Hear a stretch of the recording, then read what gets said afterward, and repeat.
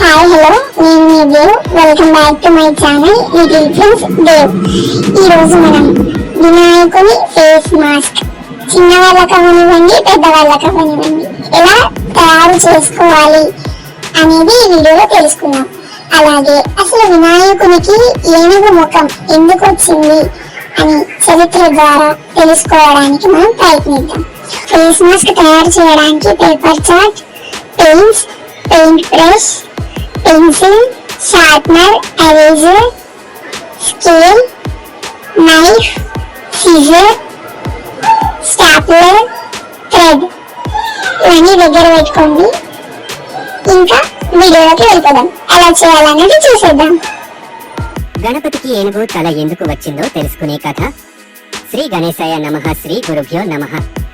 గణాధిపతి అయిన వినాయకుడు పసిపిల్లలు పెద్దవారు అన్న తేడా లేకుండా పూజించి ఆనందించేలా ఉండే దేవుడు. ఏదైనా చూసి మరచిపోయేలా కాకుండా ఆలోచింపచేసేలా ఉంటేనే మన మనస్సు శ్రద్ధ పెడుతుంది. వినాయకుడిని చూడగానే ముందుగా ఆకర్షించేది ఆయన ముఖము, ఏనుగు ముఖము. మరి ఆ ఏనుగు ముఖానికి ఉన్న విశిష్టత ఏమిటో తెలుసుకుందామా? దేవతలకు రాజు అయిన ఇంద్రుడి వాహనము ఐరావతము అనే పేరు కల ఏనుగు. ఆ ఐరావతము ఒకసారి శాపకారణముగా గజాసురుడు అనే అసురుడిగా జన్మించి వరబలముతో తపోబలంతో లోకాలను అల్లాడించాడు. దేవత ప్రార్థన పైన శివుడు ఆ రాక్షసుని సంహరించాడు.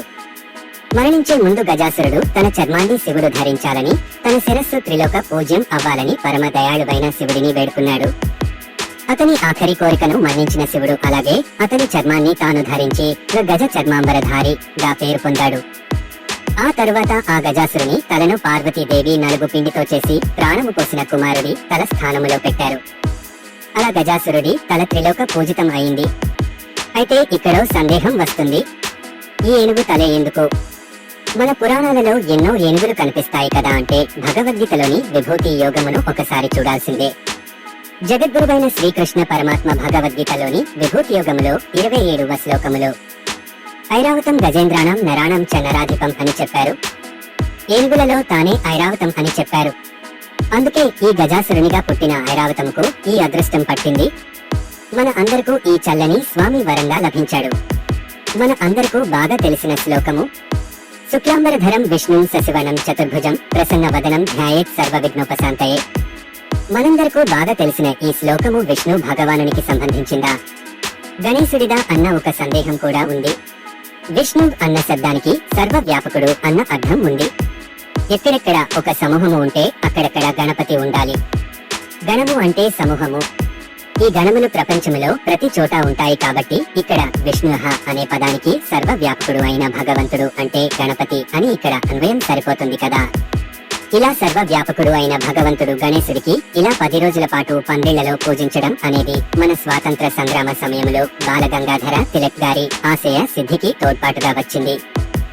నలుగురు ఈ పూజ పేరుతో ఒక చోట కలుసుకుంటే మనమంతా ఒకటి, మనది ఒకే దేశము, భారతదేశము అన్న ఐక్యత వర్ధిల్లుతుంది అన్న ఆలోచన సాకారమై స్వతంత్ర సంగ్రామములో తన వంతు పాత్ర పోషించింది.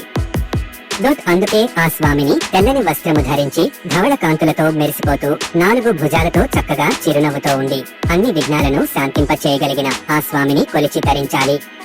అందుకే విష్ణువు అన్నా గణపతి అన్నా ఒకటే. మన హిందుత్వములో ఉన్న గొప్పదనం ఏమిటి అంటే మనము ఏ దేవుడిని కొలిచినా ఆ పరమాత్ముడికి చెందుతుంది. అందుకే ఆనందముగా ఆ గణపతిని మనసారా పూజించి తరిద్దాము.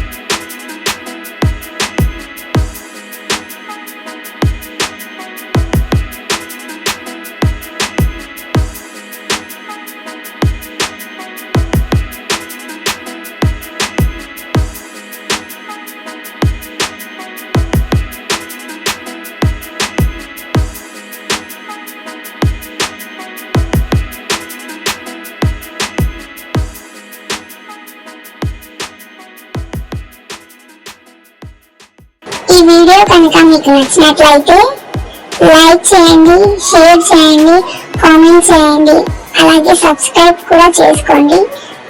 పక్కనే ఉన్న బెల్ ఐకాన్ క్లిక్ చేసి వెళ్ళిపోండి.